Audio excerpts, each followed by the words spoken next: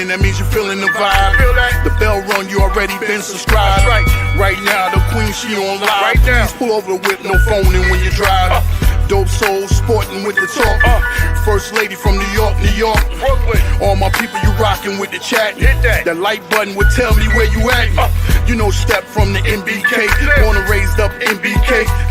Hey, real lady, where she holding it down. No matter way how you feel, she gon' greet you with a smile. Sister, you one of a kind. Yes. Oh, sister, it's time you That's shine. Don't so. Where you at? Where you at? Don't so. Where you at? Where you at? Don't so. What? Don't so. What? Your soul. Where you at? Where you at?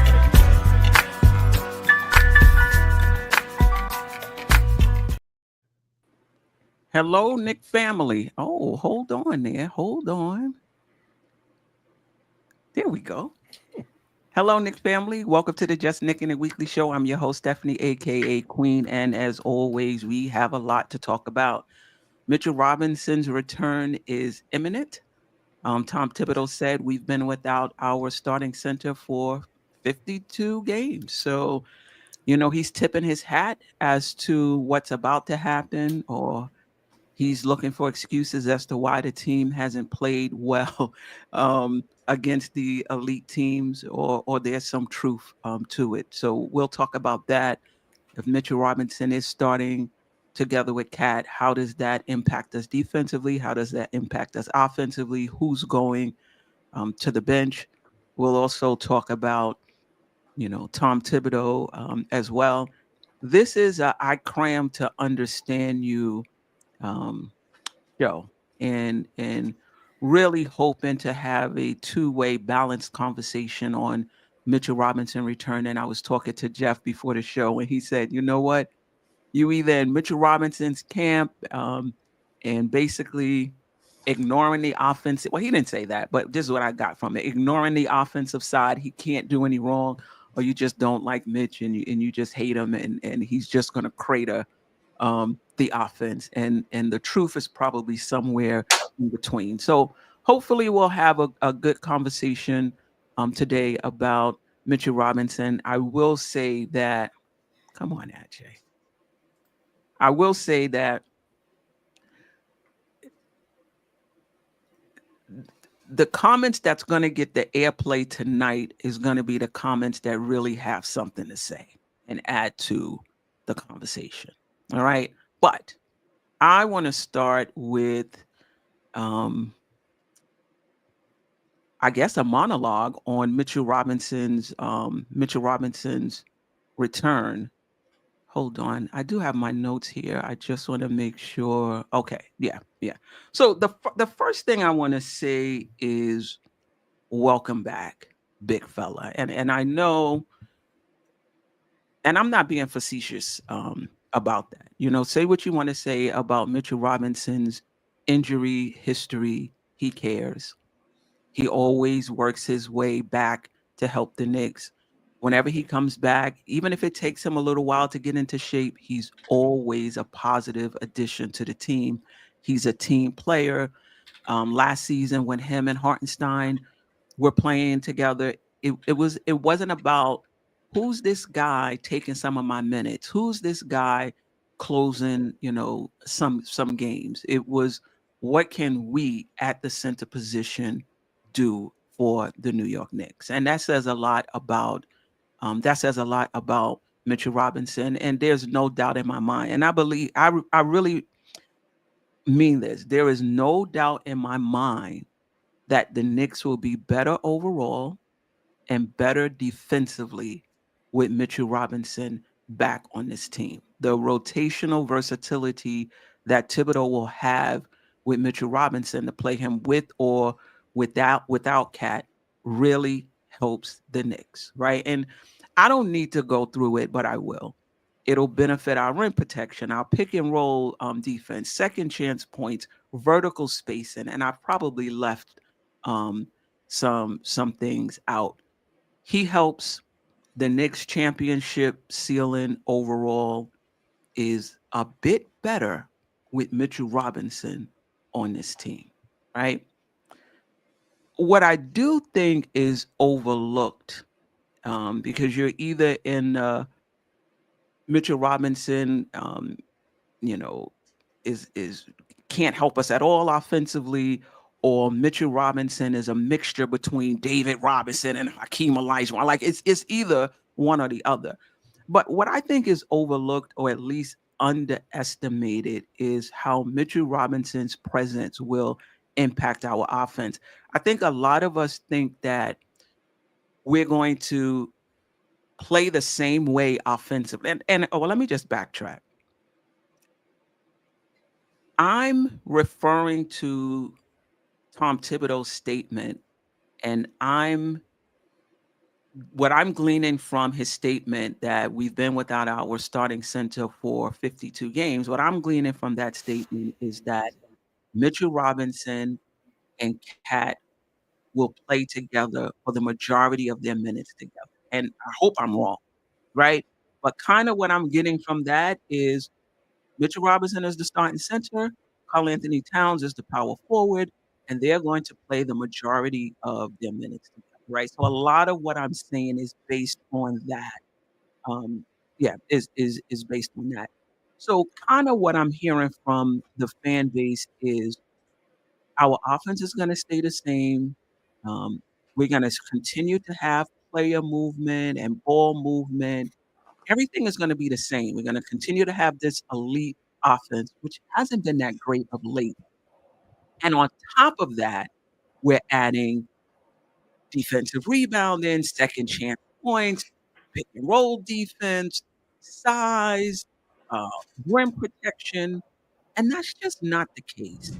That's just not the case. Our offense is going to change some if you're playing Mitchell Robinson and Cat together for the majority um, of of the game. Now, it depends on how much they play together. If it's 12 to 15 minutes a game, to me, that's ideal.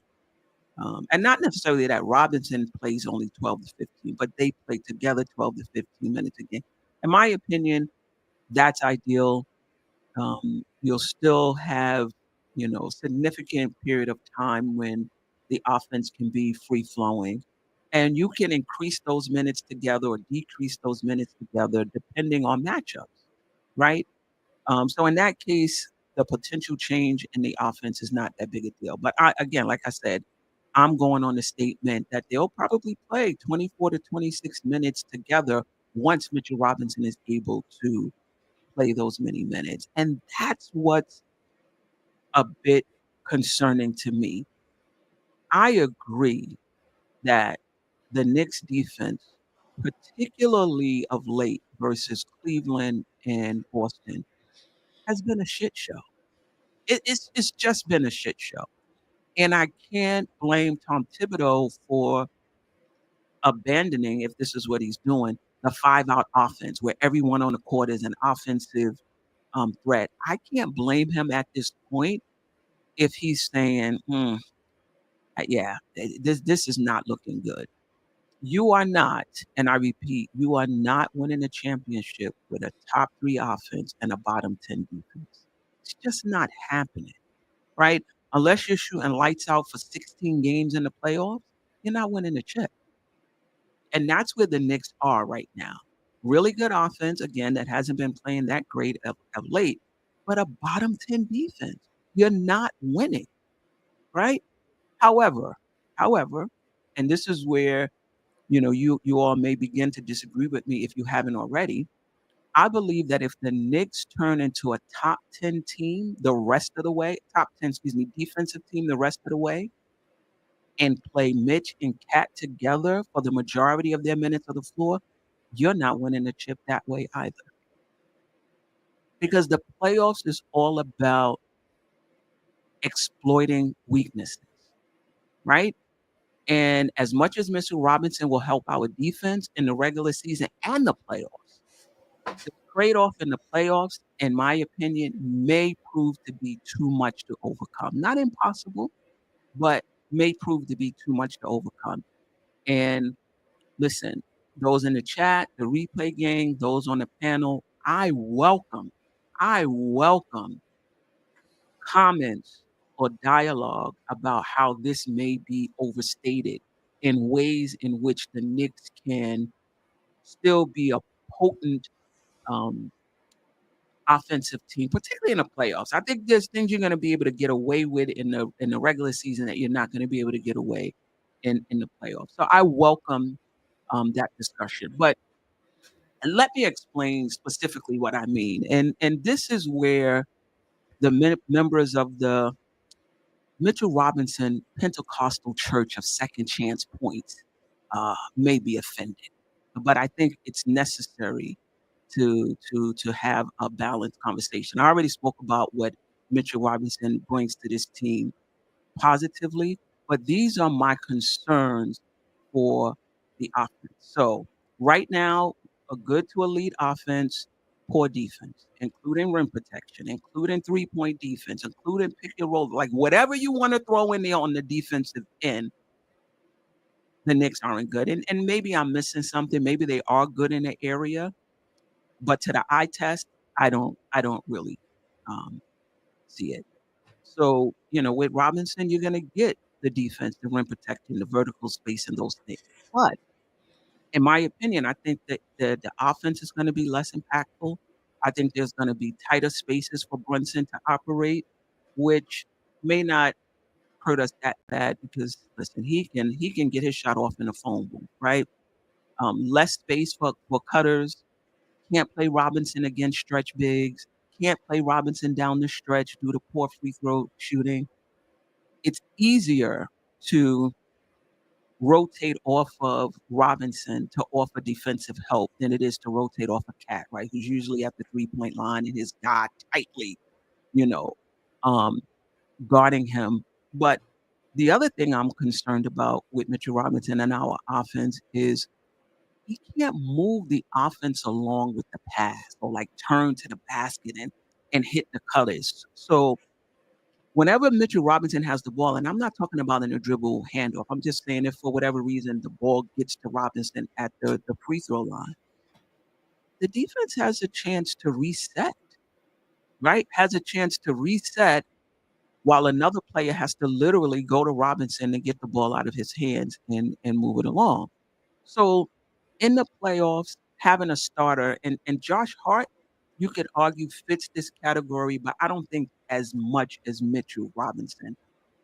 Having a starter who doesn't command attention is a weakness that the opposing team can take advantage of. And that's what the playoffs um and that's what the playoffs are. So what I see with the return of Mitchell Robinson is more a stylistic change that doesn't really change the bottom line, right? So right now we're good offensively, bad defensively, winning 65% of our games. With Robinson, we'll be better defensively, not as good offensively, in my opinion, and still win about 65% of our games. My point is that the Knicks need a championship level offense and a solid defense to go deep in the playoffs. And we don't have that with or without Mitchell Robinson. We have one or the other, right? All of that being said, if all of that being said, we are here right now because the Knicks could not cobble together a adequate, solid defense to go with um, their really good offense. Though again, not of late. You know, um, we're here, and in my opinion, Tom Thibodeau is waving the white flag, basically, because when you brought Cat here, I don't care what Tom Thibodeau says, I don't believe him.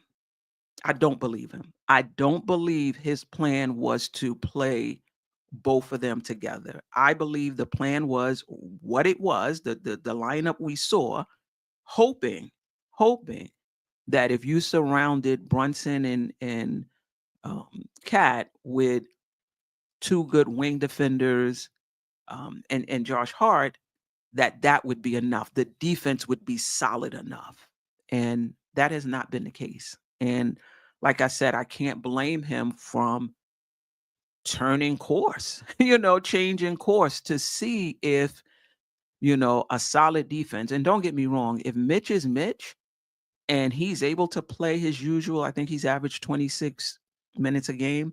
If he's able to get to a point where he's averaging 26 minutes a game, the Knicks can have a top 10 defense the rest of the way. If Mitch is Mitch, right? Together with Mikal Bridges, OG Anunoby, who would now be at the 3. Cat has some I don't like Cat defending in space, but I've seen him do it a few times this season for the Knicks. And, he played that position in Minnesota and they had the number 1 defense. So this wouldn't be new to him, right? Guarding fours.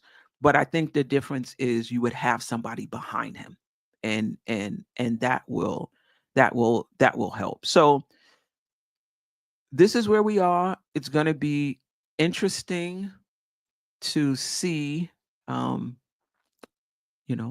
the Knicks look, both offensively and defensively. But, like I said, what the Knicks need to win a championship, a solid defense and a really, really good offense, that it's just not on this team. It's just not on this team with or without Mitchell Robinson in the lineup. But I'm interested to hear what the panel has to say. I'm interested to hear what the chat has to say. We didn't get a chance on this show to talk about, the Boston and Cleveland game. So, if anybody wants to talk about it, it's kind of been overanalyzed, but again, not here. So anybody wants to talk about that, we can get into that. But anyway, let me bring in, look at y'all. Jeff, Jarrell, Ajay, Kojak. What's going on, Ajay? And delusional Nick fan in the building. How's everybody? Queen, how are you? Thanks for letting us in. I thought. What up? Jeff was on one once. I thought maybe we weren't gonna get a chance to get in tonight. Listen. I had a little Thibodeau thing too, but I said, let me cut that. I ain't gonna even do that. How's everybody? How do we want to start? Do we want to start right in with Mitch, or do we want to, with Mitch returning, I should say? Well, maybe we should do that, being that, that's what we were talking about. I just feel like the more we get into Mitch, the less we're gonna want to talk about Boston and Cleveland, and that's okay. They kind of go hand in hand, because a lot of the conversation, and rightfully so, is how does Mitchell Robinson help us beat those teams, and if at all, right? And a lot of the conversation in the chat is that he doesn't really help us. And I'm not saying that that's right or wrong. I mean, the proof is in the pudding, and history certainly is on the side of that, at least in terms of Boston. Mm-hmm. Mitch was excellent against Cleveland in the playoffs 2 years ago. So when you have a double big lineup, I think he'd help against Cleveland, but we got to get through Boston first. So that's the way it's looking. Yeah. Assuming we get out of the first round. So there's a lot of steps to that first. Yeah. Joel, we'll start with you. What's your thoughts on Mitchell Robinson returning, and what's your thoughts on Thibodeau? Basically, if I'm hearing him correctly and I'm reading into it, that Mitchell Robinson will be starting. Now, he didn't say anything about, like, you could start and still not, Anyway, what's your thoughts on that? I would guess that when Mitch comes back, it would be like on a minutes restriction. So I doubt if he's starting. Like, if he does start, it seems like it would be kind of weird for him to just play a few minutes and just go to the bench. But his presence is obviously needed. I think it's safe to say that we're a bad defensive team at this point. Like, it's been long enough. Yep. We've played as many games. We're past the All-Star break, more than half of the season. We are a bad defensive basketball team. There's no more excuses. it is what it is. And Mitch is obviously our best defender, and it would definitely help this roster. But, going forward, I don't know how it will help us when it comes to, championship contention in the playoffs, because it's all about matchups. Like, I think he matches up well against Cleveland. He doesn't match up well against Boston, but it's not like, he's still a body that we could throw at Boston, but I don't like him, in the Boston series. But yeah, I think Mitch will be a huge piece for us just because of the defensive effort, his defensive effort on that end of the floor. And I think Tibbs is a madman. So I think it will have to be up to the doctors when it comes to how many, minutes Mitch is going to play. Because if it was up to Tibbs, he's just going to play him. Yeah, yeah. And I will say, in all fairness, even Cat against Boston, defensively, they take advantage of him as well in terms of putting him in pick and rolls and isolating him, and that's true. Him over rotating and anyway, I don't want to go back to that game. Ajay, your thoughts on Mitchell Robinson coming back and potentially starting? First of all, I don't think he's going to start. Listen, Tom Thibodeau calling him his starter doesn't mean he's going to start. I don't see that happening. I mean, basketball wise, it's just not possible for a guy to come off injury. He hasn't played in over a year, like a calendar year, and then throw him in the middle of a basketball game. Think he's going to be productive. I mean, you're asking for trouble at that point. He's not going to be productive. He's not going to be efficient, and he might even get hurt again, trying to push the issue and try to get, acclimated too fast. But I want to point out, like Jarrell, and not just Jarrell, a lot of people say that Mitchell Robinson, he matches well against Cleveland. How do we know that? Like we keep saying, like we keep repeating that, but where do we get that from? I haven't seen Mitchell Robinson played against that Cleveland team. Have you guys? No, I think, but that team is defensively anyway. No, this Cleveland team didn't exist when Mitchell Robinson was playing. I understand, but in terms of their pieces, though, he can match. Hold on, Ajay. He can match up schematically. He can match up with Jared Allen. Queen, Jared Allen from 2 years ago is not this Jared Allen. And Jared Allen from 2 years ago, with this Mobley next to him, with the other pieces they have around him, is not the same guy. I understand that. We all you can still have him on the floor, though.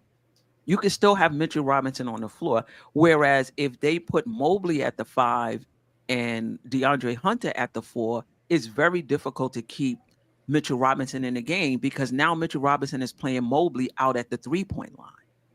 So if you want to say that Jared Allen may get the best of Mitchell Robinson, that Jared Allen won't be a pushover, that's fine. That just Jared Allen is better. That's fine. But you can still, in terms of matchups, you can still match up Mitchell Robinson with a Jared Allen. You cannot do that. But listen, am I wrong? Am I off? No. And I'm not saying that either. I'm not saying Jarrell is wrong.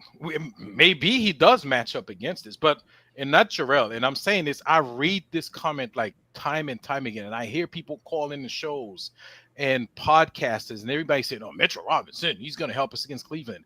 We don't know that. We're just yapping. We have no idea. This Cleveland team is not the team from 2 years ago that we eliminated in the playoffs. I keep telling people that it's not the same team, and we're not the same team. We know that. Nobody is saying Mitchell Robinson is going to dominate them. I'm not saying he's not either. I'm saying we don't know. Like we're saying this, but we don't know. That's what I'm saying. What I'm saying is you can play Mitchell Robinson in the Cleveland series. You probably can't play him as much in the Boston series. But if they're playing Jared Allen, you can play Mitchell Robinson in the Cleveland. Now, how he fares, that's something totally different.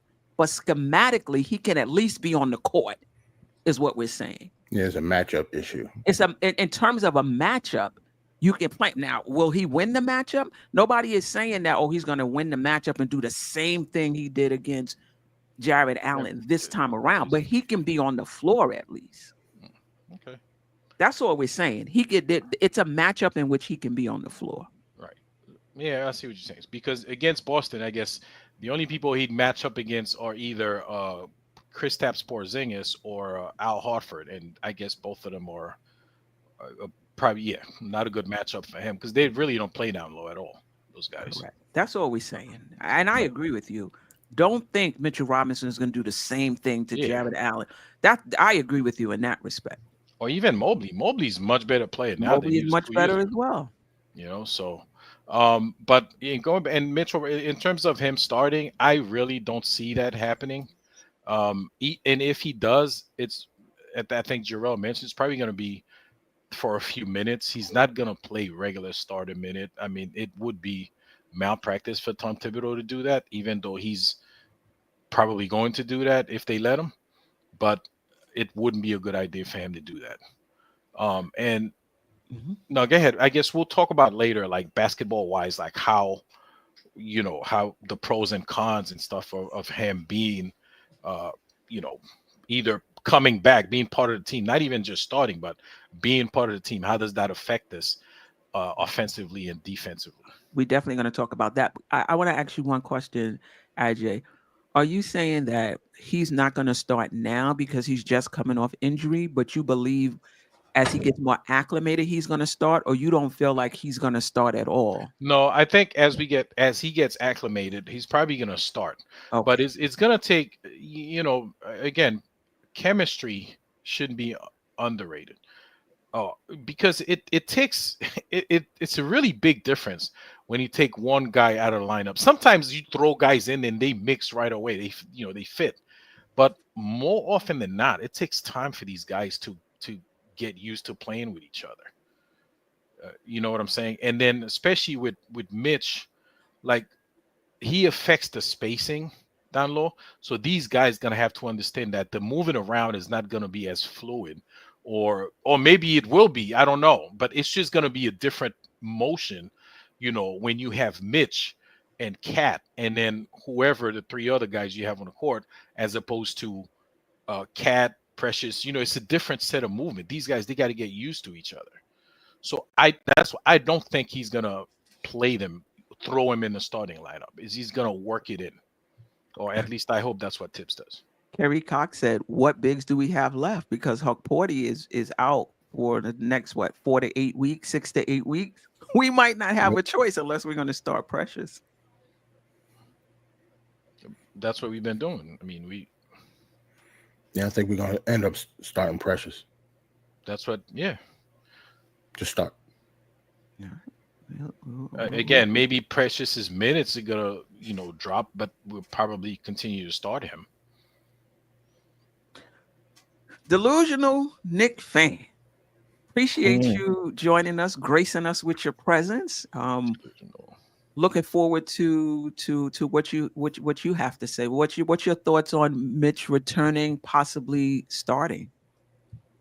First, Queen, definitely thank you for allowing me to be back in a rotation after all the DMPs that I have. Definitely appreciate that. Self-inflicted DMP, right? Yes, well, it's definitely self-inflicted. You're like Mitch. We're just inserting you right back into the starting lineup. Well, look, that's great segment because that's what I'm hoping would happen. Maybe I might be the only delusional one that I think that Mitch can actually come in and kind of change the whole dynamic on the defense. I think our offense is fine. Regardless, like we said, we've seen Mitch play with the lineup of us having RJ and Julius and how clogged that was, and we were still able to actually play good basketball. With Mitch in that lineup, passing lanes become smaller with him and Cat on the wing. Queen, you brought it up that Cat was on a team of where he played before and he was on the wing and he was able to shrink that entire side. Like, yes, we don't need him to be in the middle of the paint in a drop coverage. He's going to get killed. We see that Cat has that slow feet. So the right move for me ultimately is to have, Mitch down there. We've seen what Mitch has done. I've heard some comments about, Mitch guarding the stretch 5 we haven't really seen Mitch have issues with those stretch fives when we're switching. When we're in a drop coverage, then yes, it's obviously him trying to get back and KP and knock down that shot. But for the most time, we've done well against those stretch five with Mitch. Like, am I reading something wrong with that? Like, I don't think it was I don't as think worse that. as Cat, like as worse as Cat. But I think we should be fine. And then, of course, in most of Mitch highlights against Boston, he's switching on to Tatum and he's buying him, staying with him close and blocking the shot.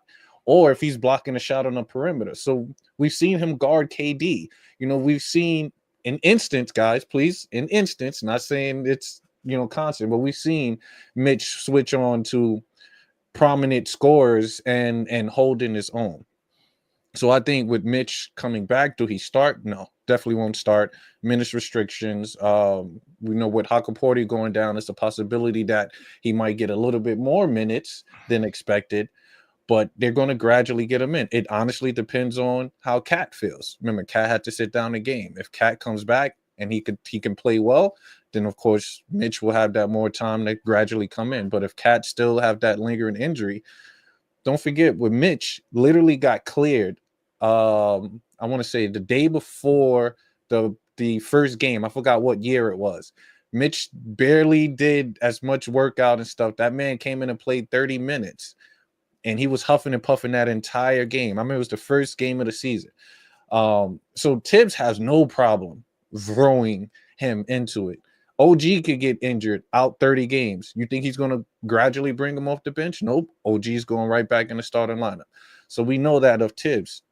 That didn't happen though when last year though, when he came back, Isaiah Hartenstein still stayed in the starting lineup. Oh, well, because Isaiah took he was a beast his own. So that's that's a little different. We don't got the Hartenstein to kind of replace that. Maybe if Hakaporti didn't have that injury, then of course, but 100%. We're down to our last limbs, and Tibbs believe in Mitch, 100%. We know that he would die on that Mitch Cross because he's technically still with us. For the team to sit there and endure all the injuries with Mitch, he survived every trade deadline for a specific reason. He's an elite defender. Those are hard to come by, especially because it fits Tibbs' system. That's ultimately what it leads to, is fitting his system. So I think that he would gradually come in. Would he start? No, but it depends on scenario. It depends on who we playing against.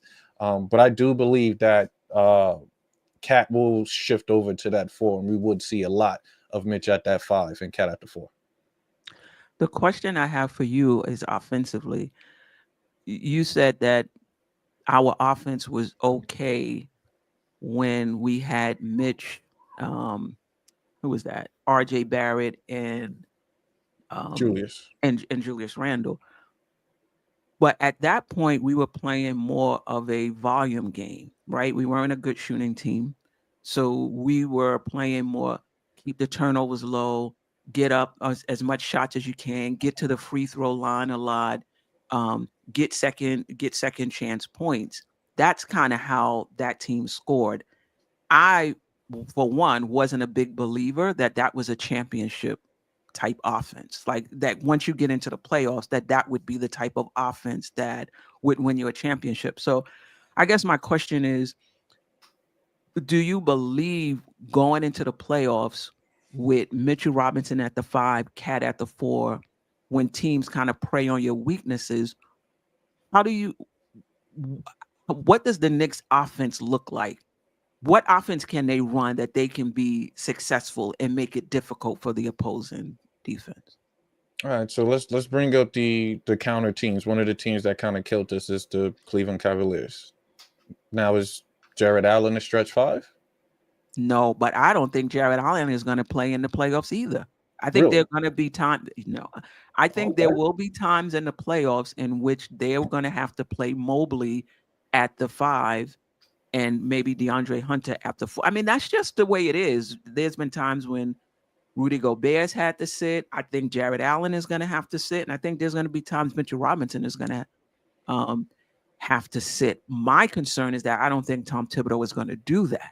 You know what I mean? Okay. And I think that's what's going to hurt us when teams try to take advantage of that. But I'm sorry, I didn't mean to No. cut into your answer. It's totally fine. My point of view is Mitchell Robinson in the dunker spot is a threat on his own as Jalen Brunson being in his mid-range or three-pointer when you really think about it. And it depends on who you have on the floor. Like you said, everything is really strategic. It's up to Tibbs. And that's something that us as fans, we kind of don't have faith in him, is to really play with those X and O's and attack those weaknesses on the opposing team and utilize that. You know, I figure a lot of our offense is literally generated the same. So when What do you Mitch has mean by come back, our offense don't look the same as last year, right? Obviously different personnel. So you see with the way we utilize Cat and Mikal Bridges, I truly think that Mikal should be second scoring over Cat. Believe it or not, he should get more possessions over Cat. I agree. But or certain games, vice versa. When Cat don't have it going on, we can switch over. But Tibbs doesn't make sure he put that pressure on. Hey, we're going to run this play for Mikal. We're going to run this for this individual. That's not done. Right. So we question that aspect. So damn, kind of went off. Yeah, well, I mean, I agree with you at that. I guess I'm trying to figure out how we can stop teams from taking advantage of the fact that Mitch is not going to command a lot of or as much attention as Cat would at the 5. He definitely, but even with Cat at the 5, the stretch 5 offense sometimes gets stagnant because our wings just sit in the corner. So you either running a pick and roll, or Cat is literally isoing at the top, or he's just catching the 3 at the top. Is that really a dynamic offense? That it's like that happens at times, right? But there are times when that offense is cooking and where there's cutters and not when Cat's at the top of the key though. When Cat is on the wing, that's when it's a whole different ball game. But for the most part, he's always at the top of the key. Though, when is he on the wing? It's been certain instances where they start that he's on the wing and they run like a triangle cut offense, or either he go on the ISO or someone is cutting and he'll pass it from the side wing. Sometimes he does it from the top, but he does it a lot from the side wing, which not as much. But I was saying he's more efficient to me from that side wing. I'm seeing better cut. Then, of course, you have the weak side OG that's wide open sometimes due to that drop coverage. And he usually makes those passes. That usually be Mikal cutting through that last minute cut and he's getting those dunks on OG. So I believe like with Mitch there, you got Mitch in a dunker spot. So that person literally has to stay with Mitch, or that's an easy lob depending on when you run a pick and roll with Cat and Brunson. You could have OG on the side. Spot? Because Mitch is usually at the top with a dribble handoff. For the most part, the dribble handoff could still be for Cat. That could be Cat doing a dribble handoff. It don't necessarily have to be Mitch. You can move these positions around. Now, would it happen? Probably not. But like you said, it's all up to Tibbs, Queen. It's really all up to Tibbs. And I don't think we're fine on the offense. Defense is really our thing. If we can stop these other players from scoring and let Brunson still go off for his 20 plus, Cat with 20 plus, Mitch with 8, you can have Mikal with his 19 or 17 and OG with that. Queen, I still think we're fine. Okay. You know that Mitch still generates second chance opportunities, which is taken away from that. Mitch, I think Mitch stats, right? As a big man, he average when he's on the floor, right? 0.9, 0.7, 1, 1.8. These are steals as a big man, right? That's just adding. There's nothing you could tell me about right. Mitchell Okay, cool. My main thing is really defense. I'm not worrying about Mitchell Robinson's defense. He's going to transform. Like I said in my opening, the Knicks will be a top 10 defense the rest of the I'm not concerned about the defense at all. So then shouldn't the defense make up for the offense, right? I'm because hoping we're stopping those teams from adding those additional points to us. So if we can do that, We I think it's just a matter of philosophy. I believe that in today's day and age, if you have a top 5 defense and you don't really have a good offense where everybody is a threat, you going home. I just believe that you going home. I think you fare a better chance, and I really hope I'm wrong when it comes to the Knicks. I think you fare a better chance if you have an offense where everybody is a threat and the defense can't key on any particular player, and you have where there's player movement, ball movement. You want to take away our shooters? We can cut inside. We got people who could post up. You want to pack it in the middle? We got guys that can shoot. This is me. I believe that is a championship level offense. And if you have an offense like that, you just need a good enough defense, top 12, right? In this particular league with the scorers we have, I don't care what your defense is. You're not holding these really good offensive teams down to like 98 points. Like, I think those days are just over. But I appreciate, I appreciate what you just said, because it gives me some hope. Because I feel like the Knicks are in a conundrum. We cannot continue the way we're continuing now. We need the defense. But the drop off in the offense, I think, puts you in the same boat, no chip. Right. Well, all right. So everybody's expectation this year for the Knicks shouldn't be chip. If we really think about it. This is I don't want to use Joel's term of a process, but this technically is a process when you really think about it. This is the first year that we have Mikal, first year with Cat, and this core. Yes, we went to the process before of when we got, Brunson came in, but we still had Grimes, we still had Quickly. Then we had to get rid of those players to bring in the actual nucleus that we have now.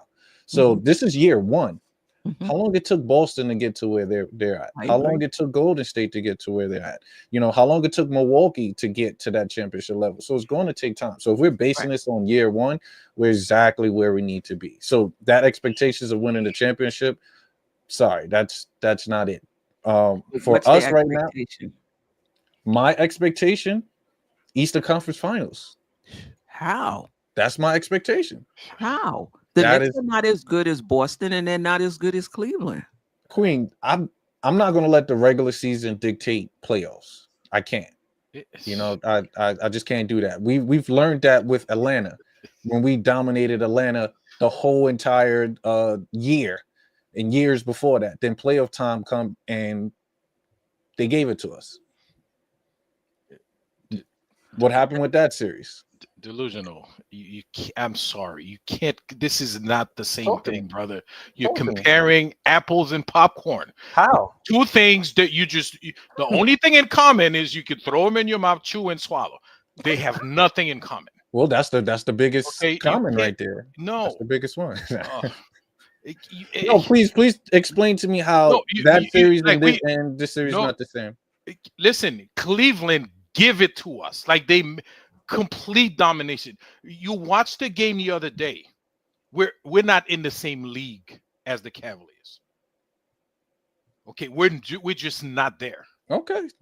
Like I said, so we're not all of a sudden in the playoffs, wake up and be that upper echelon team. It's just not going to happen. I appreciate Can we talk about trends, though? Because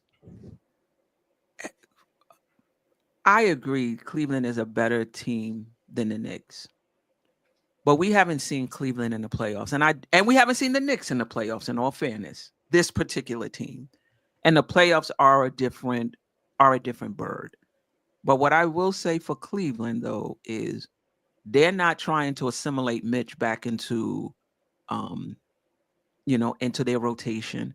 And they have a much better bench than the Knicks. The Knicks are very top heavy, and the Knicks become super smart. Like, I'm not concerned about. I know people are concerned about the Knicks' length in the starting lineup. I'm not that concerned about that. But once we start that first substitution, that's where the size becomes a factor. So I will say, their bench is much better than ours. But we probably may playing our players 48 minutes, so their bench will be going against our starters anyway. And plus, our team is not complete yet. You know, we still got to fill out the roster aspect, see what they do. Might not be something drastic, whatever, but it's still an additional piece that we can add to the bench. And yeah, no, it's Eastern Conference Finals or bust season, to be honest. But that's just like you said. Everybody got their perspective. Everybody has no their mindset. And I hear you, Ajay. I definitely do. Jeff, Jarrell, what do y'all think about Eastern Conference Finals or bust? You can go ahead, Jeff. It's funny because if you had asked me that question, I'm sorry, Jeff and not me. You don't want to know? Oh, I said Jeff and Jarrell because you already said. Queen's like, no. Let me stay clear. No, Ajay already threw in the towel. Ajay's done. He's throwing the towel. You already said that wasn't the that we weren't getting past Cleveland. Yeah. Jeff? Well, I mean, at the beginning of the year, I would have certainly agreed with delusional 100%. But when you have additional information, sometimes you have to adjust your expectation, right? And so I, for one, did not anticipate Cleveland turning into this juggernaut. I'm not sure most of the league did. And the problem is we're kind of on the wrong side of the bracket because the team that deals us the most misery is the one that we're set up to play in the second round right now. So, but, you know, for sake of argument, if you fall to the 4 spot and you get to play Cleveland, maybe you do, you know, sneak into the Eastern Conference Finals. Because there's a lot of teams that are built for the regular season. Think about the Seattle Supersonics with Sean Kemp and Gary Payton. Terrifically talented team, lost to the Nuggets in the first round of the playoffs. We saw just last year, you know, it's the top seed. Boston didn't have to play a seed higher than a 4. So, you know, Oklahoma City looked great in the regular season and they got to the playoffs and Dallas had an answer for them. You know, everybody has the Cleveland on their mind. The first time we played Cleveland, we were playing really well, and then they had a big run in the fourth quarter. So I think that there's evidence that we can play with Cleveland, even though they beat us by 8,000 points the other night. And tip their hat, but you know, and it may be irrelevant, like I said, because I don't really see us falling to the 4 spot, and I don't really see Boston overtaking them. So I think that our path goes through Boston, and I don't know what adjustments that we can make with the roster, even if it's completely healthy, completely whole, that's going to make us beat a healthy Boston team. Now, maybe, you know, Jason Tatum turns his ankle or, you know, something crazy like that could happen. Sure. You know, you still have to play the games. So let's do that. Like I'm all about that. You know, you know, we have to see where we are, but whatever it is, we're going to learn, because what Delusional said is exactly right. This is the opening of our championship window. Very few teams get put together in the off season and win the title right away. Like when Boston acquired KG and Ray Allen, I think that's the only one that comes to the top of my head that was just put together and boom, they were great, you know, and they won the title right away. But strange things happen in the playoffs too, you know. Right. So, you know, is it possible? Yes. Am I going to say context matters? Like, in other words, if we go into the playoffs and we play Boston in the second round and we have a tough knuckle drag them out battle where it goes 7 games and we just fall short, am I going to say that's a failed season?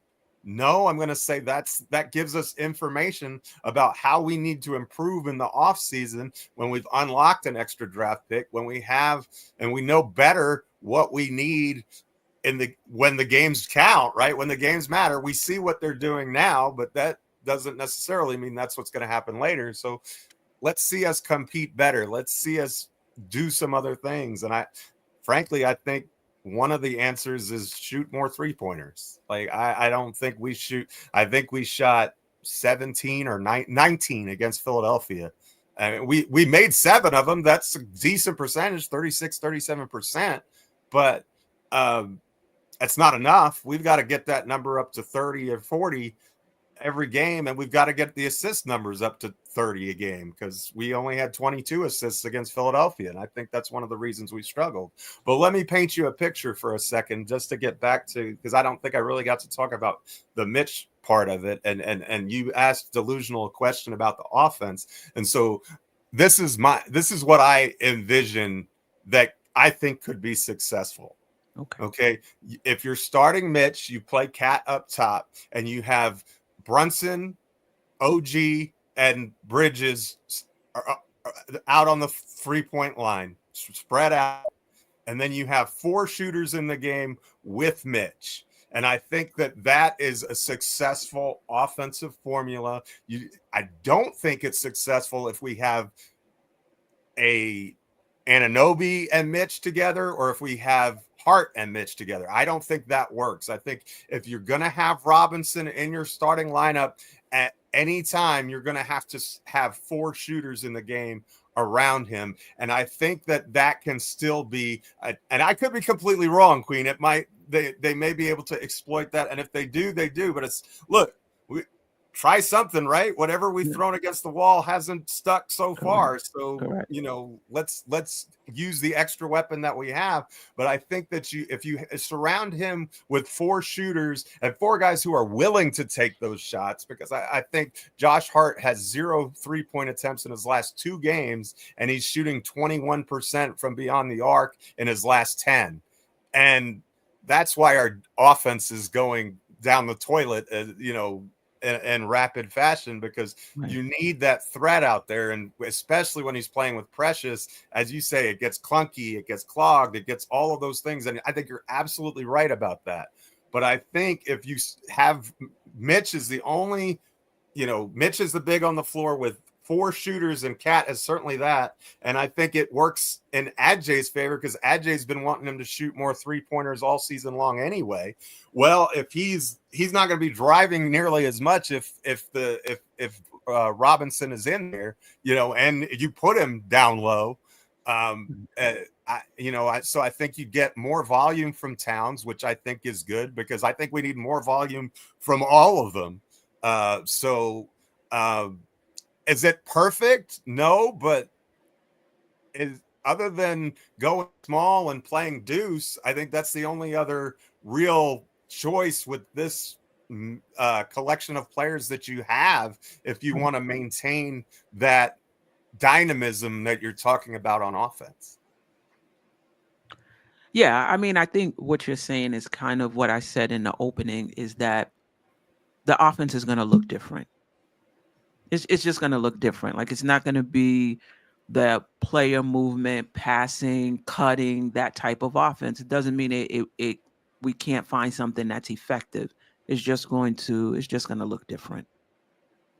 And again, it also depends on how many minutes Thibodeau plays Cat and Mitch together. I'm not for 26, 28 minutes of Mitch and Cat. I'm just not for that. But I would like to see more like 12 to 15. I would agree with you 100%. I'm not for 26 minutes of that either. But I envision when you have to play Cat at the 4 for 12 minutes a game, that's the lineup that you have, and it can't include Josh Hart. And that's just that's the way that I would play it if it was my team.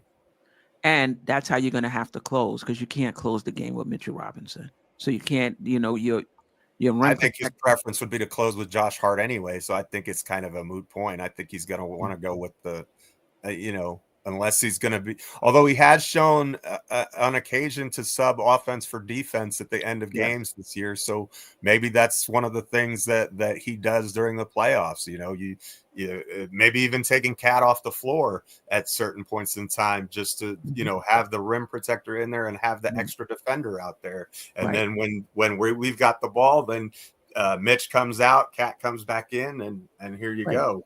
So. Right. But in crunch time, I'm a little concerned about the free throw free throw shooting. But I like what you said, and that's what I'm hoping happens with Thibodeau, that he's,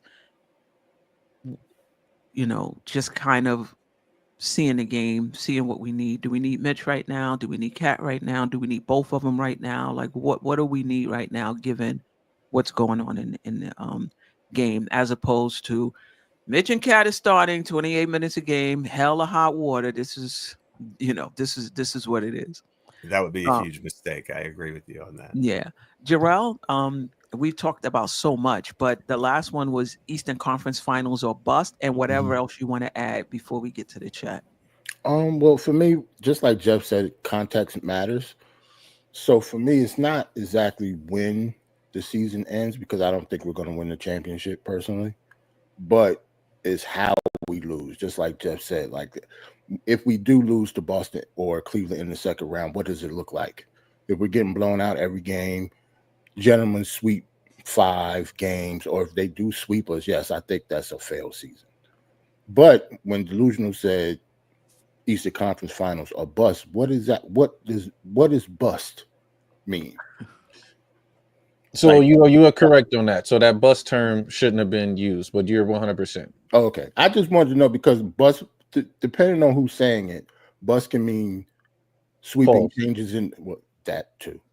Bust can obviously mean a change in coach. It can mean a change in personnel when it comes to the starting 5. It can mean a big trade. It can mean, a bunch of things. So, like, I don't know about the bust word, but yeah, I think it depends on how we lose. If we do lose in the second round, it depends on how we do it. That's all.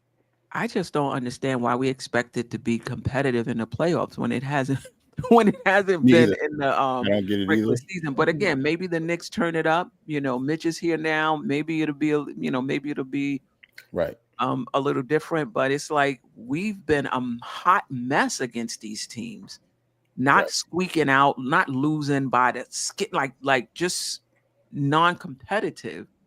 But the expectation is that we go 7 games in the playoffs. I mean, I hope the Knicks are able to turn it up and do that. I really do. Right. But if we go if we get swept by Cleveland in the playoffs, look how we played. Look how we've played them. Like, what? It doesn't matter, stuff. You got to figure out a way to get. You better figure something out. You can't just be getting swept in the second round by the Cleveland, not by the Cavs or Boston. You got to at least win 1 or 2 games. Or I'm just talking about as like a fan-based perspective. Like, people are going to go nuts. They're not going to just be like, oh yeah, they were better than us. They beat us in the regular season, so we'll take this sweep. Like, they're going to want, come hell or high water. Tibbs is going to have to go, for fans' sake. It's going to be major changes. Yeah.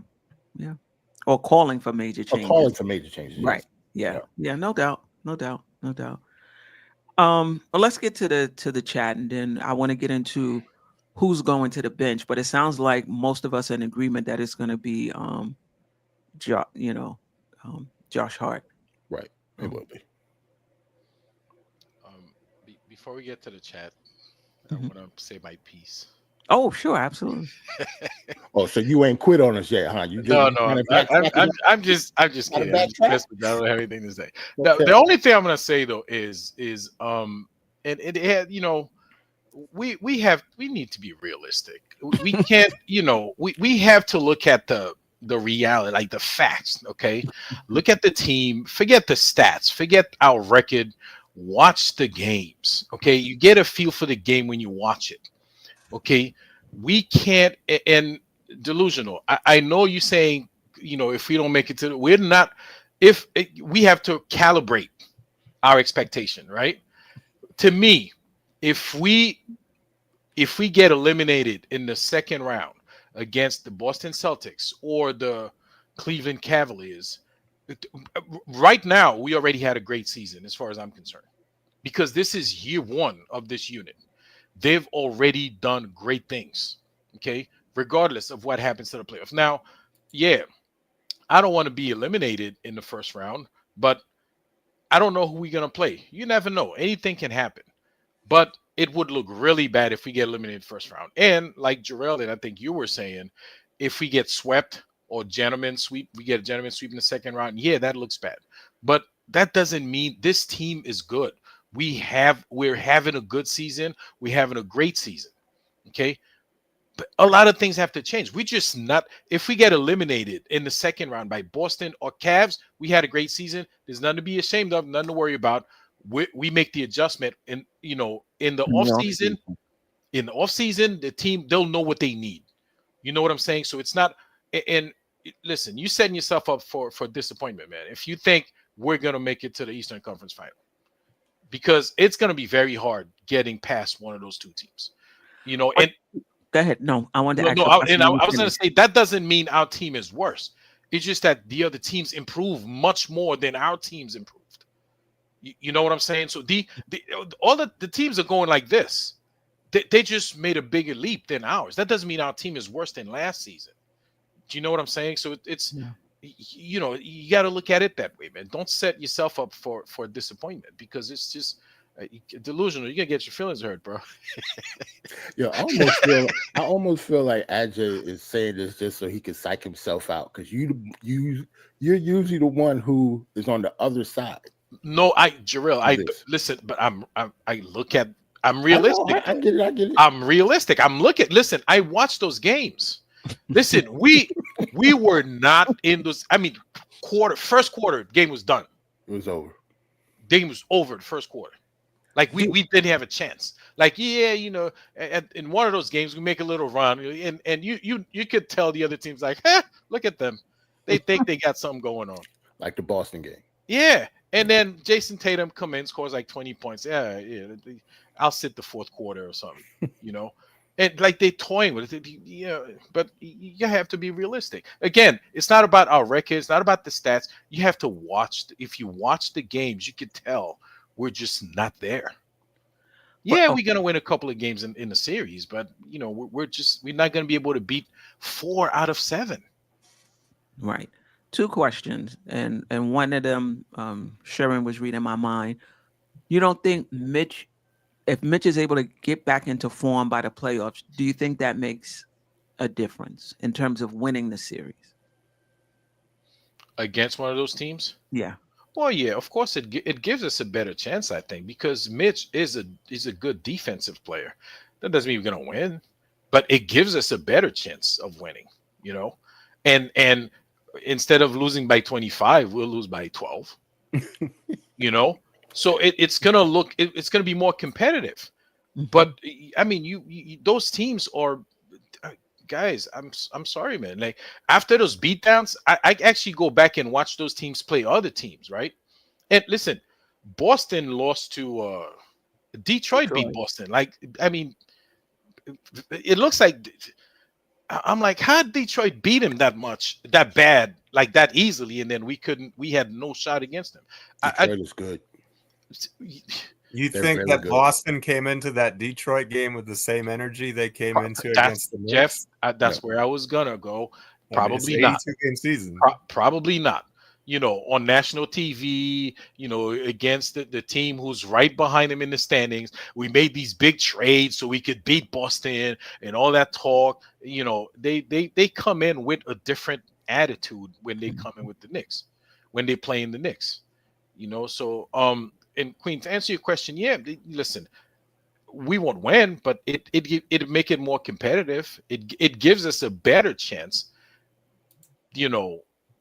And better chance meaning instead of a 20% chance of winning, we have a 30% chance of winning. But that doesn't mean we're going to win. You know what I'm saying? So it's just I mean, we have to, you know, I'm sorry, delusional, but we have to be realistic. Well, and I guess my other question I have for you is, the Knicks seem out of sort in those games. Like I'm not sure. I don't think Boston or Cleveland is 25 points better than the Knicks. I just don't think. I think they're better than the Knicks. I don't think they're 25 points better than the Knicks. And I think they were able to kind of exploit some things against the Knicks. I think that the Knicks mentally didn't seem to be there and have much of a fight. And hopefully that changes in the playoffs when everybody's energy and urgency kind of ramps up a little bit. I'm not sure I agree with you. I'm not sure the Knicks win, but I still don't think they're 25 points better than the Knicks. I 100% agree with you. They're not, and I don't think even Boston. I don't think Boston's 25 points better than the Knicks. It just so happened that they consistently beat us by those kind of margins. But I think in the playoffs, it's going to be more competitive, or not even the next couple of games, probably going to be more competitive. So it's just like hard to be less competitive than the last couple of games. Well, I was about to say the same thing. If you get your ass beat continuously, yes, you should play them better next time. You know what? After game 1 of the season, I said, "Oh, next time it's going to be better." Nope. After the second beatdown, I said the third time we're gonna show up. Nope. All right. So I too kept saying the same thing.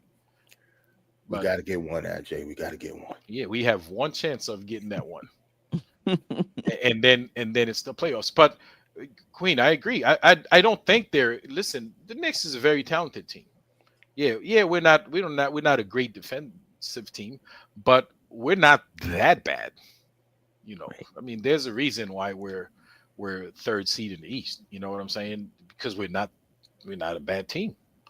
It's just these guys. They get up to play the Knicks. I mean, I don't know what to tell you. All right, let's hear what the chat is saying. Yeah, we start with a couple of super chats. Yeah, so shout out to Pash Duggar.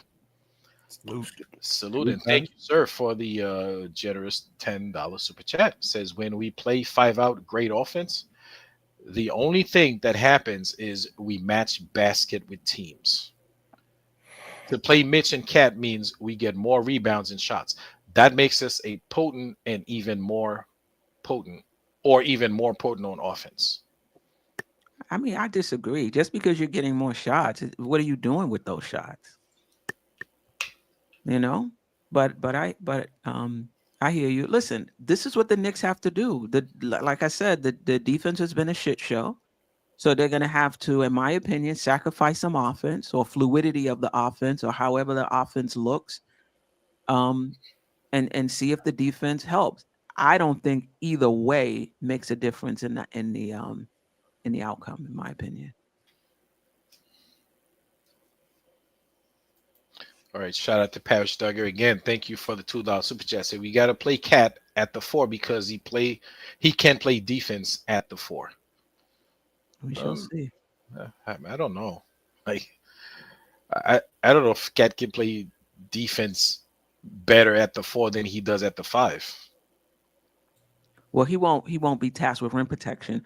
But this is a question, and actually I had it for later in the show, but because this is up, I can ask you guys now. Is it that Cat can't play defense? Like there's physical limitations, like with Brunson, there's some physical limitations, or is he unwilling to play defense? Because sometimes I'm like, look, or we just asking you to slide over into your spot. I'm talking about team defense. Mm-hmm. He reminds me of Randall a lot, where if it's a one-on-one matchup, like Randall and Brown or Randall and Durant, he's up for it. Same thing with Cat and B Joker, he up for it. But when it comes to team defense, if you close your eyes, well, you can't close it because you won't see, but if you squint your eyes, they look the same to me. Just no team defense. And I'm not sure if this is physical limitations. I'm starting to think he's just not willing to commit to the team defense concept. So I guess my question to you guys is, Cat's defense or lack thereof, do you think that's a willingness or do you think that's like a physical limitation? Anybody can answer. I think it's both. I think he's slow of foot. Now he's got bad foot speed, and I think he's really slow to turn his hips. And so when you're talking about missing rotations and those sorts of things, I think those physical limitations hurt him. And then I also think that, sometimes the effort isn't always, up to par, so to speak. And it's just striking about the team defense, because when he has to just guard a big lumbering Joker or someone like that, positionally one-on-one defensively, he's fine. And actually, I think that not just with Cat, I think we've seen that with Mikal Bridges also, if you look at a bunch of his stats, even in the games where we've gotten blown out, a lot of times the person that he's guarded one-on-one, you look at the stats and you say, hey, he actually had a good defensive game. And then you look up and they scored 144 points on us. Well, so and I think that's getting used to his teammates, schematic, not having rim protection. A lot of reasons for that too. But I think with Towns, I think you've identified both the cause, the effect, the whole thing. So I think it's both. Okay. Anybody else? I think it's both. Like Jeff, I agree with Jeff 100%. I think he's slow-footed, and I think I don't know when it comes to his IQ. I don't think his instincts are really there that much either. That I agree with. Yeah. Like, I think it has a lot to do with his instincts, because you could be slower of foot. That doesn't mean you have to be a terrible defender, but you will have to have good instincts to overcompensate for that. He doesn't have those. So he has bad feet, and not bad instincts, but they're kind of like they're average, I would say. He doesn't have good enough instincts to overcompensate for his bad feet because he's slow. But I hear you, but I've seen him out on the perimeter moving his feet against perimeter players. Mm-hmm. He seems really agile on the offensive end, though. But okay, I hear you. Sometimes I think he looks slowed in too. You just can't stop him. Like I think he's slow on offense too. He drives to when AJ hates the fact that he drives to the basket. The fact that he gets hit so much and stuff, it's not like he's, he has a handle and he's getting somebody off their spot. Like he's pretty much just trying to go through him because he's so slow. Like he can't move from side to side. Like he goes from A to B and that's it. So I just think he's just slow. You know what? I was gonna skip that because my observation I thought was that he was clumsy on defense, but I think Jarrell said it best. He doesn't have the instinct of a defensive player. So it's not that he's clumsy; he just doesn't have it. He's a split second slow, and in the NBA, the speed of the game, that split seconds makes all the difference. You get blown by or you commit a foul. All right. Or the other day he's playing like he's checking somebody in the perimeter. His arms are down. Like I forgot who he's guarding, like a little guy. You're 7 feet tall. If you raise your hands, it makes it that much harder for the guy to shoot the ball. But he's coming and both hands are down. So he doesn't have it. So I don't know. I don't know how you fix that. Yeah, no, I agree with everyone on the panel. Like I said, and then Tibbs constantly put him in these drop coverage where they need to make certain decisions. And sometimes he just kind of lose the assignment and either get blown by or that's a wide open three. So like I said, maybe it's more practice. I know they do kind of walk arounds. Maybe they need those intense practice to kind of correct those plays. So, but yeah. Earlier in the season, they had mixed it up, and you saw him like on the pick and rolls, like trapping and playing up. And I think he's better there than in drop coverage. All right, Kenny Payne. Shout out to Kenny Payne, always rocking with us. Thank you for your comments. Says no, Mitch. He ain't always rocking. Kenny, when the last time? I ain't seen you in a minute. How you doing? No, he was here the last time. The last couple of times. I'm Kenny Payne. She just giving Kenny the business. Kenny. Mitch is the savior. All right, okay, that's I hope you're right. Opinion. Elliot says Mitch will make a difference when he's off of minute restriction. Hopefully you're right. Curtis D. Young. Tibbs' defensive scheme is based on having Mitch as a rim protector. Mitch is Tibbs' guy. I don't disagree with that. Hopefully that makes a difference. I've asked that question. We don't really have a rim protection problem. We getting killed out on the perimeter. So I can't wait to see how that's going to make a big difference in our defensive rating. I'm sure it will, but I just want to see how much. I think theoretically, having a rim protector allows the defenders to play up more and not kind of worry about getting beat. But even with Mitch in the playing, the Knicks were not a really good 3-point defending team.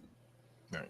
And we can go back and somebody can look that up. We The didn't Knicks, have Bridges and OG with we Mitch, didn't have Bridges and OG, right? so we So have to maybe see. it's the combination. Yeah, the Knicks just weren't a good. Let's see how it 3-point. works out, and I'm hoping it does. I'm hoping it really does make a difference. Um, Shout out to JJ, always rocking with us. Oh, Queen JJ asked to be on the panel, man. Like, what you gonna do? I said if he wanted to, he can come. He can come on tonight. I said, He's always I welcome. said that. Huh? I just say, yeah, JJ's always welcome. Yeah, Yeah, but for I sure. don't. If he answered, I didn't see the answer. But JJ, you can hop on anytime. Yeah. Listen, that's where Jeff started. Jeff started in the chat. Yep. I started in the chat on nothing but Nick. So, hey, you're welcome. A Cat and Mitch starting pairing against Boston will kill our defense. We hadn't any other combinations that have worked against Boston worth a shot. That's all I'm saying. Yeah, you got to throw something at the wall. Yeah, I don't disagree. Let's see. I mean, it might work. You never know. No. It's the same thing with Mitch being on offense. Yeah, our offense won't be as good because he's not as good of an offense player, but we got to do something. Right. Can't stop a nosebleed on the other end. So we have to do something in order for us to keep winning games. Because we should have lost last night. We didn't talk about the Sixers game at all. Yeah, we will. Like we talked about like the two good teams that just beat our brains in, but we could have definitely lost last night too. Yeah. And then the Chicago game before. Yep. And the Atlanta game And the before. Atlanta Before that, game. yep. I mean, give Knicks credit for squeaking it out and finding a way down the stretch to win. But you can argue that they shouldn't be in that position. Right. Man, EGFJB. Thank God for Jalen Brunson. let me tell you, I'm watching that game last night. I said, God, we better not lose that game because that Philly fan, I forgot his name, that be coming on here. DX, DXville is gonna give us the business tonight. We would have to. He's gonna call in. Someone needs to check on him, boy. 20 and 38. No, and I appreciate him because he comes in here, win or lose. Like he come here, but yeah, he's probably gonna call in tonight if he had won that game. Shout out to him. On deal says, I'm gonna tell you right now. They start winning games with Mitch at the 5 and Cat at the 4. He's definitely starting. He might not start right away, but he will become the starter. I don't disagree. Whether we win or not, I think he's probably going to become the starter anyway. Once he gets his legs under him, I think Tibbs, I think he's going to get him started. David Albay, I can see Mitch starting against Cavs in the second round if we drop to 4th. I mean, if we drop to 4th, Knicks Nation would be in a complete mess because we're like, what are we, like 5.5 game? 4.5 games. So if we slide 4.5 games, that means we're going to have some serious losing streaks over the next few games. And I think Knicks Nation would lose their minds. No, I think it depends on who you ask because there might be a better matchup for us in the second round. Yeah, but Terrell, we don't do that. That is true. I don't like to go matchup hunting. That usually doesn't end well. I go get the best seed you can and let the chips fall where they may. I'm a believer in that kind of karma. I don't think it. I don't like to do that personally. Be the best version of yourselves you can be, and if if that means you play Boston in the second round, so be it. Let's get past Detroit or whoever it is first. Like I let's not. I don't want to put any carts before any horses. Like I think the top 6 teams in this East are all very good, and they can give anybody a problem. True. I don't mind being strategic, but what do we have? 15 games left. Oh, we got 24 games left. 24 games left. Oh yeah, I'm sorry. Yeah, 24, 25 or 24? 25. 24. We're 38 and 20. Oh, we 30 and 20. So that means over that. No, sorry. Right. No, that means over that 24, we have to somehow slide 4.5 games. I'm telling you that would be some serious losing streak. The way we playing, we'll see. We'll talk about. I don't We'll think. talk about when that Come comes. on, come on. Did you 5-game see West Coast trip incoming. Hold on. Do you know how bad the Sixers are, AJ? That was their 9th straight loss. We should have lost that game last night. We're not playing well. The Sixers stink.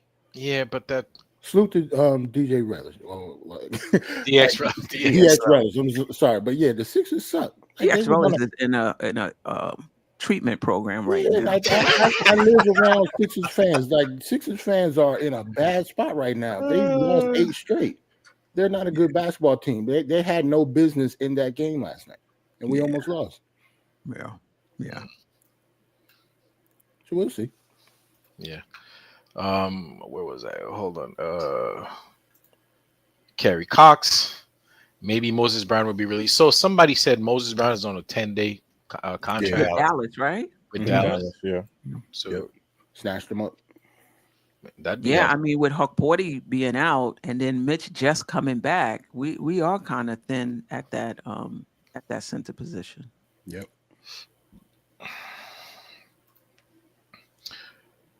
I think Cat should be the number 1 on offense, have Brunson read the game and be the number 2 because he can pick when to score because he can score at will.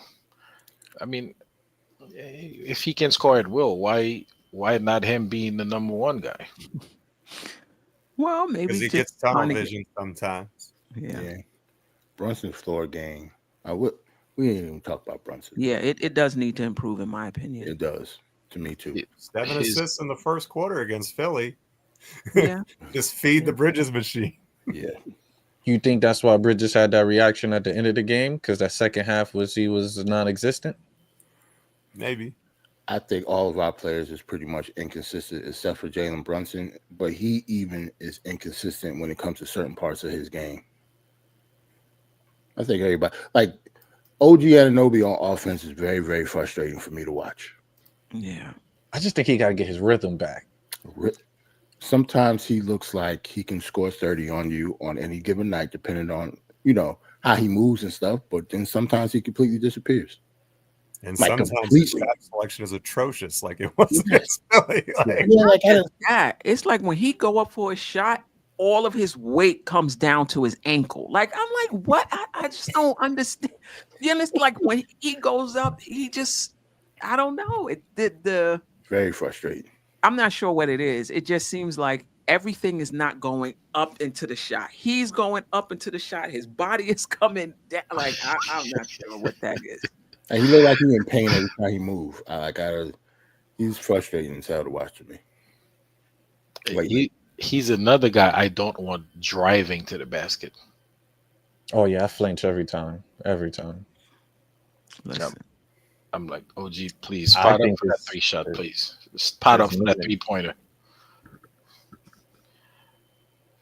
So, Elliot, Mitch is a lob threat. Spam the action and keep throwing him lobs. See, that ain't gonna work. Let's get to it. As much as I agree with that, but that doesn't, like, we've never done that. Like, Jalen's not a really good lob thrower because of his size. He has to work to get he uses his footwork to get free and get open. It's not a pass that he can throw that easily. But I think Mikal Bridges and Cat could throw him some decent lobs. Or Josh Hart. I think Cat and Mitch. I want to see what their 1-2 game looks like. Because he did that a lot in Minnesota with Rudy. He did. And I'm sure they've been practicing it. I would hope, yeah. Because Rudy couldn't score either. So it'd be pretty much the same thing. Cat knows how to play with another big like that. Let's wait and see. JJ guesses, I don't think we have a shot at the Cavs or the Celtics in the playoff series. Ajay, go ahead. I agree. No. Actually, Say it. no. Delusional. The floor is yours, buddy. No, I think I'll just leave it up to chance and opportunity. Like you guys said, we have to have realistic expectations. That really stuck with me. The realistic expectations. So everybody got their own opinion. I kind of see the game differently to individuals, so I would never challenge them and say that they know more ball than me or I know more ball than them. But I kind of see things kind of differently. So like everybody got their perspective, but cool. That's your perspective, JJ. I think we should be just fine. Different matchups, different time during the playoffs. It's just a different environment. Some people show up, some people don't. Not to say Boston can't show up. I know Boston will ultimately show up. We don't know what can happen. Did I think Indiana was going to beat Milwaukee last year? No. Injuries happened. Indiana moved on. Did we all think Indy was going to get to Eastern Conference Finals? No. They got past us. We had injuries. They moved on. So just like what everybody said, maybe I was more direct at saying Eastern Conference and bust, while everyone said we're going to be optimistic because things happen. So yeah, that's maybe I should have went that route, but ultimately, yeah, I'm going to be ultra optimistic and ultra delusional at the same time because this team that we have, guys, with the lineup of Brunson, OG, Mikal, Cat, and Mitch. That's a formidable lineup that can defend, that can give you buckets, right? When healthy. And then, of course, when you have a coach that's actually have time to put some schematic schemes in and put his all focus into that, I think we'll be way more competitive than what we were, right? We're looking at the sample size of us getting spanked. Trust me, if I've seen it too. I destroyed my office numerous times watching those games. Trust me. Don't destroy the office, man. Oh, I destroyed the office. I popped my basketball. I did a lot, So what about I popped my basketball. Did you stab the basketball? How'd you pop it back? So I have an old Spalding. I have an old Spalding that was kind of like fading. It was out in the rain. So one kind of solid pop did kind of burst. It was an old Spalding that I had for years. Got you. So it was on this last leg anyway. I say people can just be popping basketball. Yeah, right. He's like a Hulk. He just smashes when it comes to the Knicks, a lot those of workout videos. That James pretty smooth. He was wanting crazy. that content creator. You know how we feel during those national televised games. These are games that everybody show up. These are games that you got to listen to ESPN talk about how the Knicks are not ready, how the Knicks are not contenders, they're pretenders. That stuff, that's it. That sticks with us. It sticks with us. And I know we can do better. I 100%. I'm at a point, and I shouldn't say this now because I truly love Tibbs, but he's on that seat for me. He's on that seat for me because a lot of these times are like, yo, you can schematic differently. Why are we still doing these plays? Like, and it's constant. Tatum attacked Cat numerous times. I'm like, yo, Tibbs, please adjust. Please adjust. Then you adjust in that third quarter. Adjustment? What do you think the adjustment was? So they did an adjustment in that third quarter was at a point of time, Cat had to sit at certain spurts when we had we had we put Huck Porty? No. We put Hart on JB, not JB, excuse me, Tatum, right? So when they were doing those certain switches, it was switching to him to Mikal. Now they were switching up and dealing with that, right? So it was different counters that you're doing, right? Even with JB, you can put JB on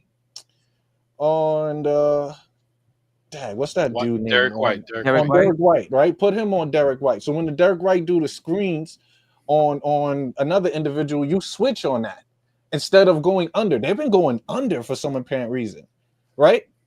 Hitting down a 3-pointer, hitting down a 3, right? So switch up. Maybe we switch. It's like, trust me, I'm not an NBA coach, so you hear me try to sit there and give some type of counters. It might not work. It might work, but No, It's that Derek White is shot the best out of all of their starters. He was the one who killed us more than anybody. Well, He was 5 of 6 from 3 and 7 of 10 from the field.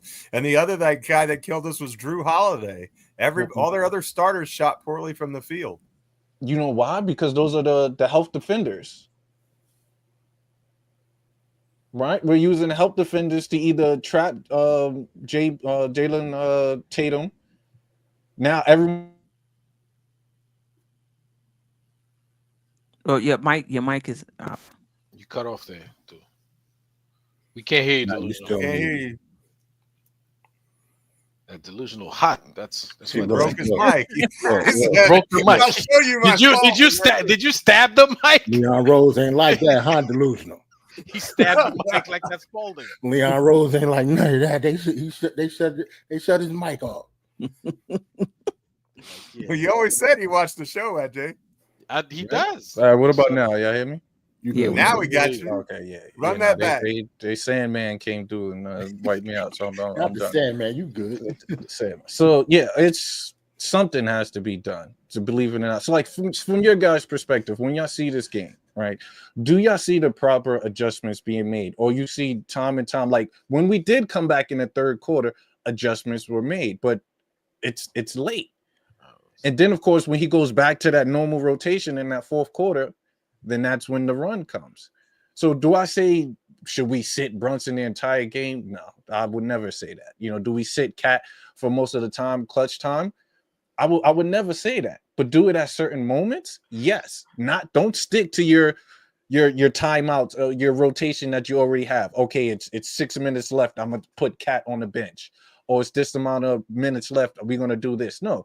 If the game is rolling, you keep that lineup in, you make adjustment here and there, bring in a bench player normally, maybe later on, than you do early. Those are just simple adjustments. Delusional. But like I said, who knows? It could work, it might not work. Listen to me, man. It's 10:42, right? I ain't saying nothing about Tibbs. You start talking about Tibbs, we're gonna be here 2:00 in the morning. That's Talk about at 2:00 in the morning, arguing about Tibbs. I ain't saying nothing about Tibbs. That's true. Yeah. So Yeah. I mean, I maybe we should just move on. I think we got one more super chat and move on and about. Sorry, guys. Sorry, I No, you're apologize. good. I That's apologize. fine. who No. we're playing. No, that's fine. That's fine. I think the key is not to follow up when somebody talks about Tibbs. That's what gets it. That's what gets it. because it goes into a whole different direction. So when you make that comment, I'm like, yeah, Ajay says that, but you know what? I ain't gonna say nothing because we're gonna go all on a tangent. about it. I'm chilling. I got a couple, and I will get to that super chat. East Blue Juice said we need to load our bench with actual talent and not friends of friends.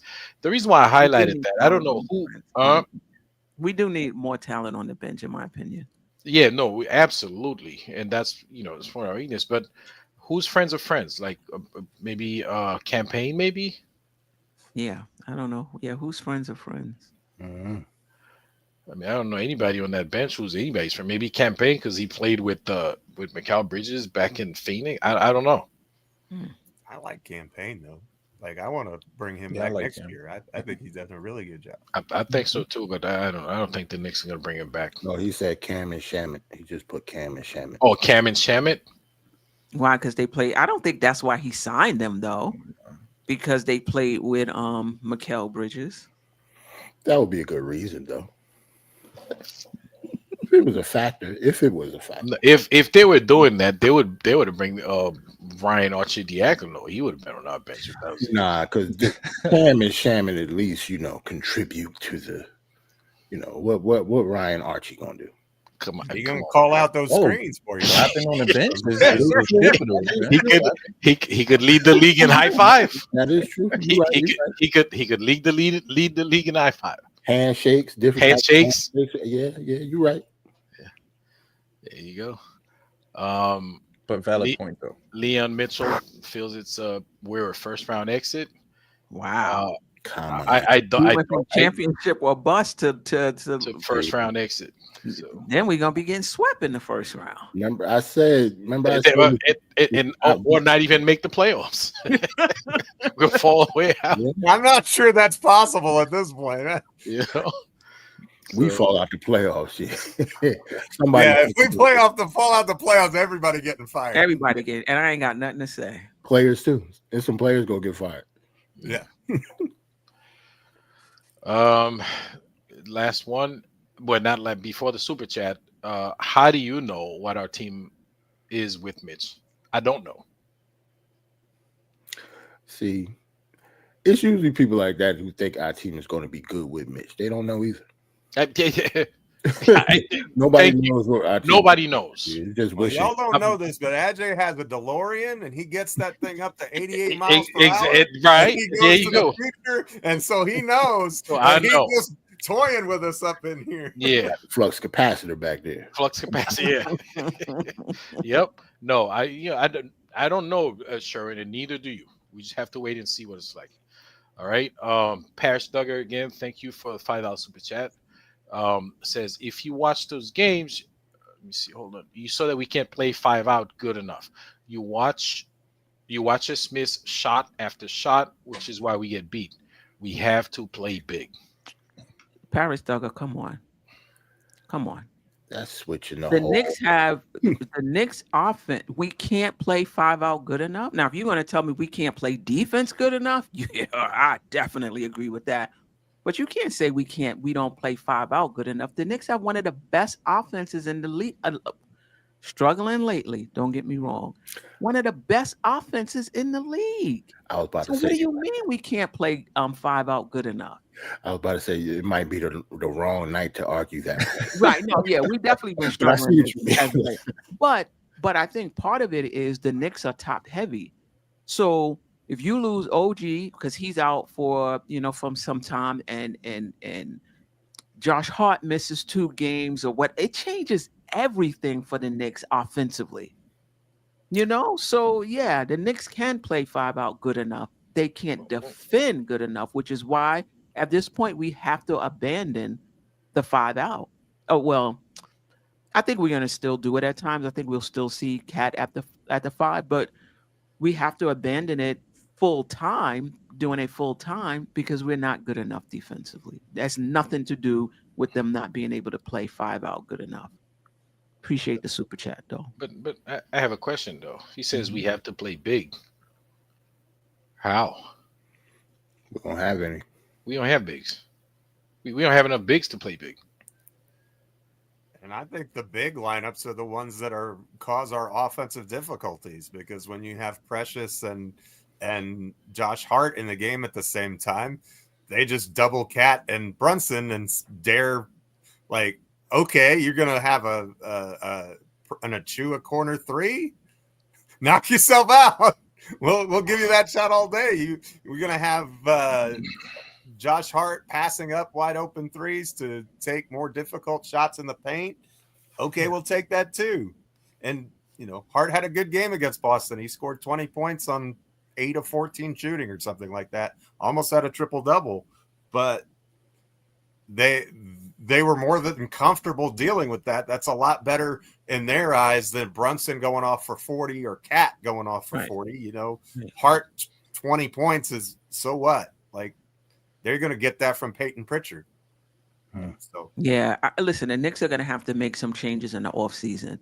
We got too many, in my opinion, one-dimensional players where on offense, Cat's great, defense, a mess. Mitchell Robinson, defense, one thing, offense, something else. Same thing with Precious. Precious, he'll do something. You'll be like, yo, if this guy could ever.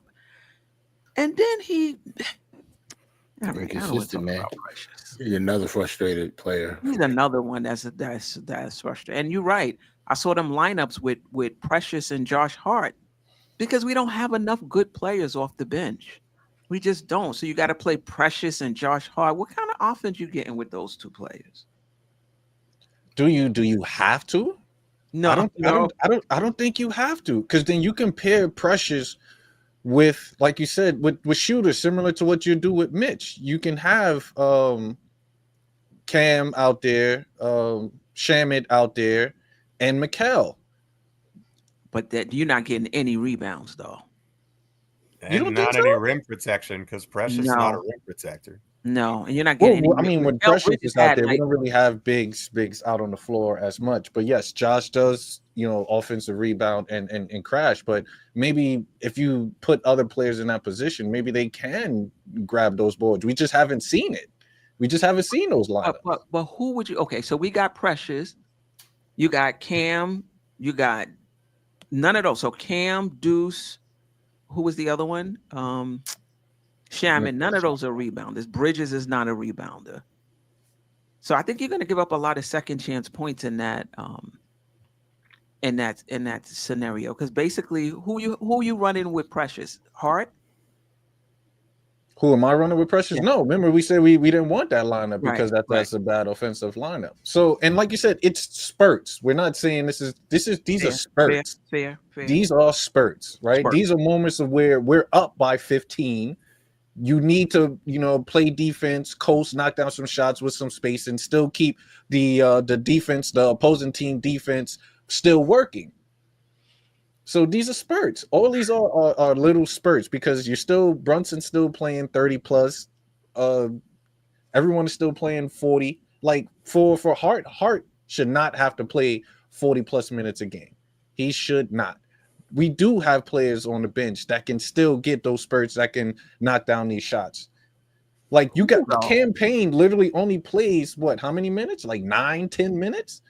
Yeah, he could definitely get more minutes, but this is where we become super small, because we got Miles McBride coming off the bench, we got Campaign coming off the bench, we got Shamet coming off the bench, and they're coming off the bench for Bridges and OG. Like, we're mad small when we go to that bench.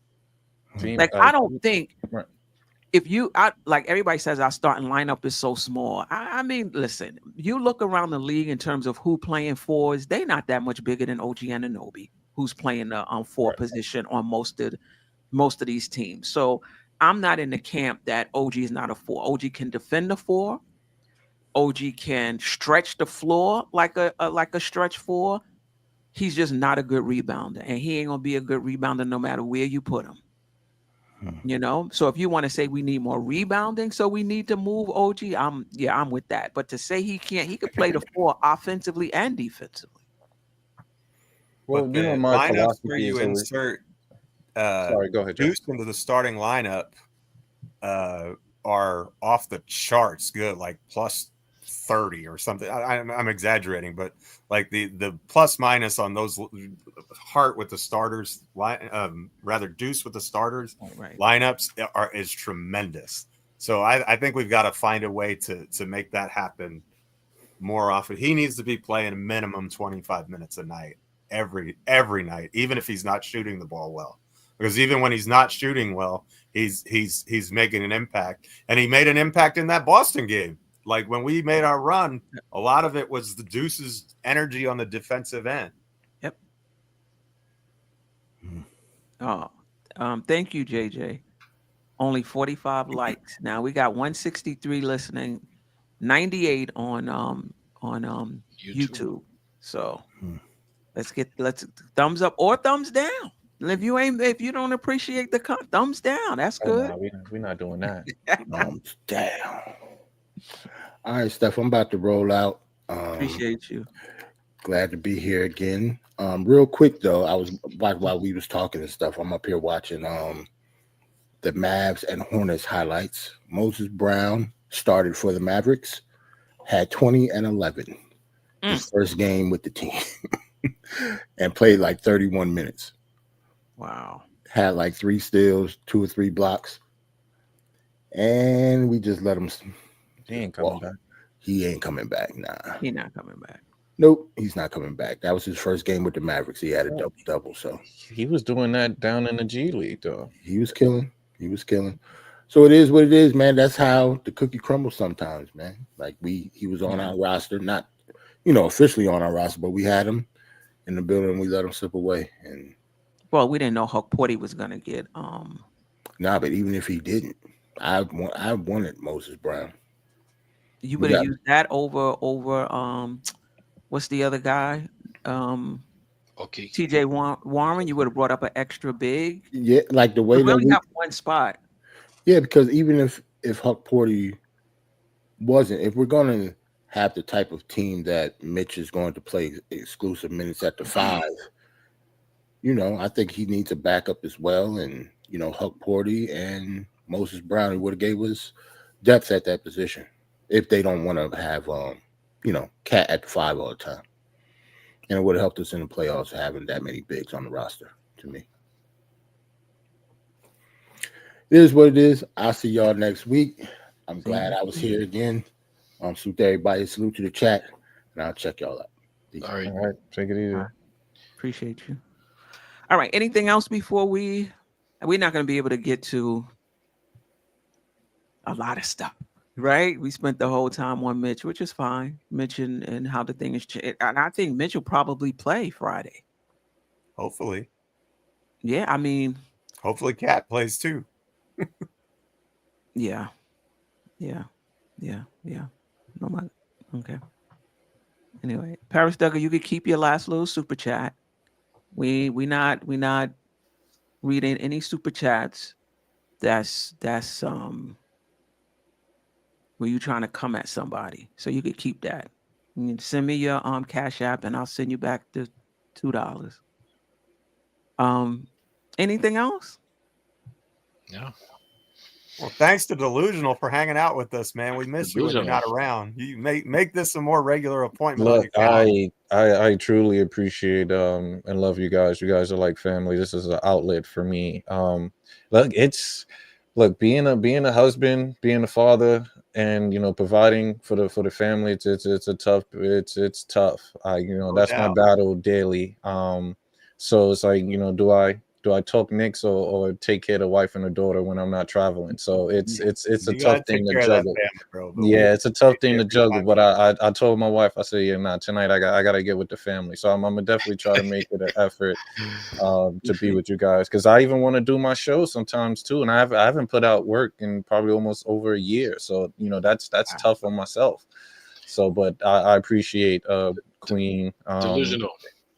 Now, I was gonna say it's very therapeutic. Also, like if you hang out with us more, you stab less balls. All right, you won't be as mad. I promise you, you won't be as angry at the ball. Like he's got advanced stats to back that up. He's just not. But when I do come on and Queen give me the floor and I go on these 15-minute rants. So I'm like, you guys like that? It's cool, flow, man. Yeah. That's cool. It's cool. I appreciate it. But Ajay and Jeff, I do appreciate you guys holding it down while Queen was out. I definitely was tuning in and watching from afar when I was working my events and stuff. I couldn't type anything because I was technically working, but you guys definitely held it down during that time period. So I'm always watching. Definitely, I'm always watching. I might not be able to, send those messages out, but I'm always watching. We appreciate you. Come anytime, even if it's just for 30 minutes. Like, listen, I just got to get on this show. I got to say this. We'll do one of these. Let me see. Can I do it? Let me see.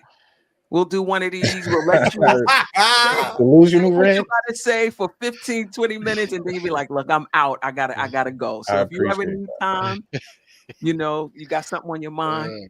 That's love. I appreciate that. Definitely. Yeah, definitely. For sure. All right. Any last words? Mitch is going to change this team around 100%, guys. I'm sticking on that. I love that energy, bro. I hope you're right. I hope you're right, brother. I'm watching the offense, though, just to see what the trade-off is. But I have no doubts about the defense. None. And then healthy. We got to be healthy. Cat knees. What's up with cat knees? Even heart knees. We got something to monitor. So, and we gotta have Thibodeau being willing to, when do I play these two together? When do I don't? When do I? You got the rotational versatility. You got to use it. Listen, at the very least, Mitch is gonna be clogging the middle and to stop Cat from driving.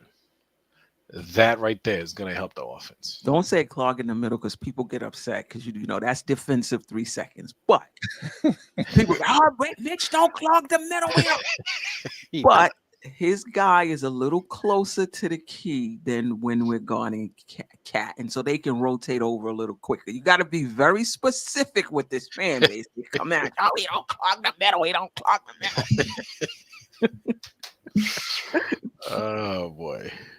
Anyway, Jeff, I appreciate you. Ajay, Delusional Knicks fans. Any last words? All right, we'll be back here Monday. I'll be on the Queen's Court. Me, Jeff. Hopefully, Lady in the Shuffle join us. I'll Tony be out Crow, next week. I got you'll my be out. anniversary. Yes. I'll be on a cruise. So happy anniversary. Happy Enjoy anniversary. the cruise. Nice. My Congrats. favorite place to be is on a cruise. I'm looking for one right now. Yeah. And so, JJ, if you want to come in next week for Jeff, let us know. Make it happen, JJ. Make it happen. Until next time, fam. Sister, you one of a kind. Yes. Oh, sister, it's time you That's shine. Don't so, Where you at? Where you at? don't so, Where you at? Where you at? don't so, What? don't so, What? don't so, Where you at? Where you at? What a